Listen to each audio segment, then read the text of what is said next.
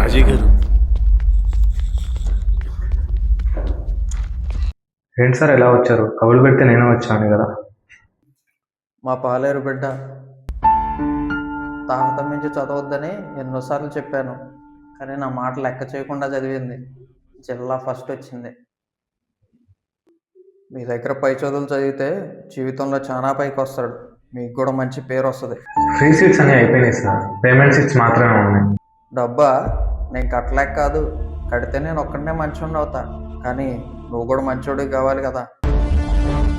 ఇచ్చేయి. ఇలా ఇచ్చుకుంటూ పోతే ఈ బిజినెస్ రన్ చేయలేము సార్. పెడితే వ్యాపారమా? సారా దుకాణం పెట్టుకో, బాగుంటుంది.